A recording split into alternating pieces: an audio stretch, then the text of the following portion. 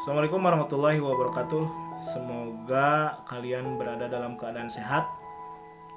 Pada video pembelajaran kali ini kita akan membahas sebuah materi, yaitu menganalisis manajemen proyek pada mata pelajaran estimasi biaya konstruksi. Sekarang kita feedback ke belakang. Materi yang sebelumnya kalian mengenal jenis-jenis pekerjaan, bangunan, jalan, dan jembatan.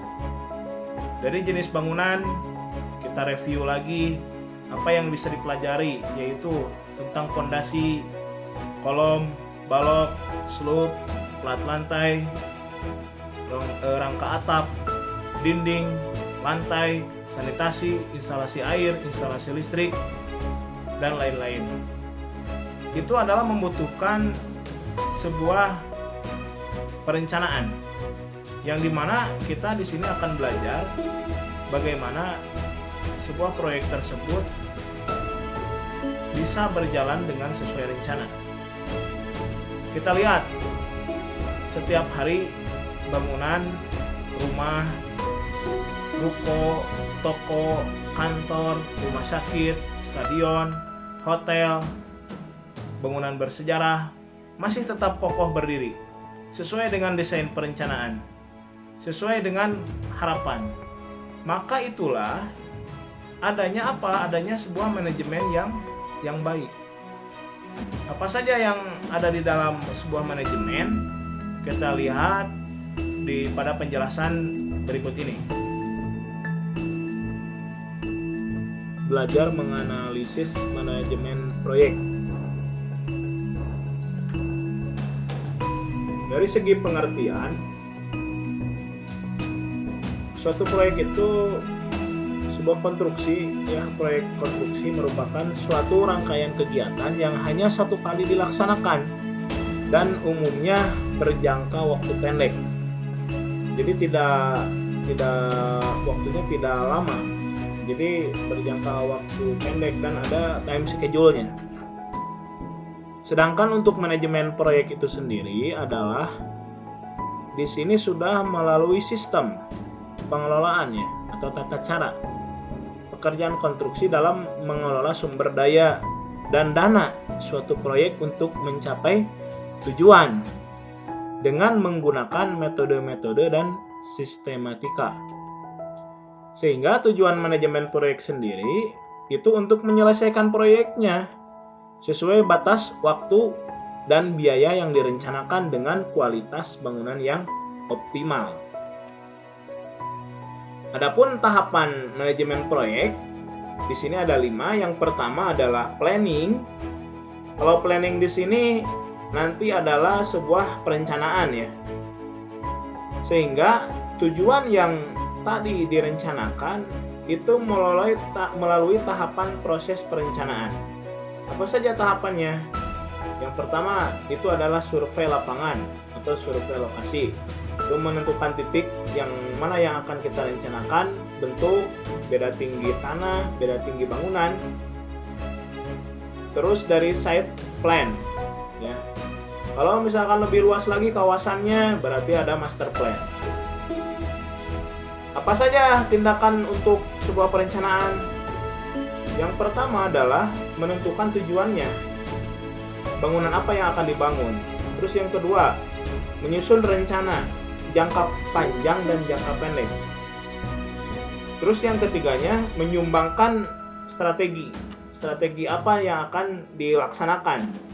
Strateginya bisa percepatan, bisa dengan mendatangkan tenaga ahli yang sesuai dengan perencanaan, dan lain-lain.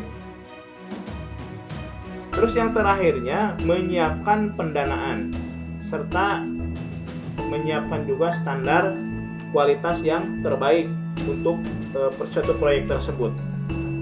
Yang keduanya ada organisasi. Nah, di sini organisasinya berfungsi sebagai bagian, sebagai badan yang untuk supaya nanti sebuah proyek tersebut sesuai dengan planning, sesuai dengan perencanaan. Nah, tugas organisasi di sini yaitu dengan apa? Menetapkan daftar penugasan. Contoh dari posisi yang paling atas, project manager. Itu di bawahnya nanti dibagi dua, ada quality control dan safe health and environment. Itu tentang safety ya, atau pengaman. Di bawah PM juga terbagi 3 bagian. Ada staff engineering manager, site operational manager, site administration manager. Nah, dari ketiga itu dibagi lagi. Ada quality surveyor, engineering, logistik. Kalau di bagian SOM itu ada general surveyor. Nanti muncul surveyor. Lalu di kanannya lagi ada site administration manager atau PM. Di bawah PM ada administrasi dan komersial. Nah, untuk di bagian staff engineering dari quality surveyor, engineering, logistik dibagi lagi, ada monitor. Nah, baru kalian nanti di bawah engineering ada drafter. Jadi drafter proyek di sana. Kalau bagian logistik nanti ada gudang. Nah, di bagian set operational manager itu ada supervisor, mandor, wakil mandor, tukang. Baru nanti di paling bawah ada laden. Nah, di sana posisi untuk sebuah organisasi. Ya, dalam sebuah organisasi. Jadi organisasi di sini bisa dibagi dua ya. Ada yang organisasinya di bagian perencanaan dan ada juga organisasi di bagian pelaksanaan. Tapi yang muncul di sini harus terorganisasi. Terus yang ketiganya itu adalah pelaksanaan kegiatan, yaitu pelaksanaan proyeknya. Apa saja yang harus dilaksanakan di sana? Tindakannya adalah yang paling utama, yang pertama adalah saling koordinasi dari job desk masing-masing. Yang keduanya mendistribusikan tugas, wewenang dan tanggung jawab. Terus yang ketiganya memberikan pengarahan, penugasan dan saling memotivasi satu sama lain. Jadi pelaksanaan di sini harus sesuai dengan rencana yang tadi, ya. Contoh misalkan kita akan merencanakan rumah sakit dengan ketinggian tinggi 3 lantai. Berarti di sana harus perencanaannya harus matang. Maka ketika pelaksanaan juga harus direncanakan dan harus dilaksanakan sesuai dengan perencanaan. Adapun nanti ada kesalahan atau trouble, itu nanti ada yang namanya organisasi, makanya saling berkoordinasi di sana. Yang keempatnya ada controlling, pengawasan. Ini penting untuk pengawasan. Karena apa? Itu untuk mengukur kualitas hasil. Jadi tidak asal-asalan. Jadi seorang pengawas, kalian nanti juga bisa jadi pengawas. Itu controlling dari segi hasil proyeknya, dari per pekerjaan. Terus yang keduanya, membandingkan kualitas hasil dengan standar yang baik. Ya. Jadi itu kalian harus mempunyai sebuah standar kualitas yang baik. Selanjutnya mengevaluasi ketika terjadi penyimpangan. Penyimpangan apa? Satu dari penyimpangan bahan material, yang keduanya dari penyimpangan dana. Ya. Terus yang ketiganya penyimpangan dari segi ukuran atau volume. Terus yang selanjutnya adalah memberikan saran-saran atau perbaikan. Ketika ada trouble, ketika ada penyimpangan, itu harus memberikan saran, ya, supaya yang bermanfaat sarannya. Terus yang terakhirnya menyusun laporan kegiatan. Selanjutnya terakhir adalah koordinasi atau coordinating.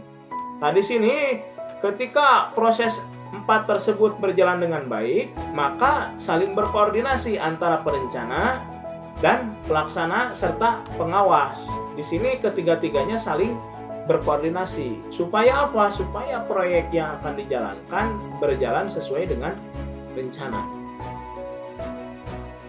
Selanjutnya adalah unsur pengelola proyek. Ada 4 bagian. 1, pemberi proyek atau owner. Yang kedua, konsultan perencana. Yang ketiga, kontraktor pelaksana. Yang keempat, subkontraktor.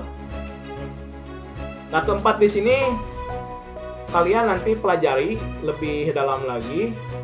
Silahkan cari referensi ya. Terus untuk pengendali proyek.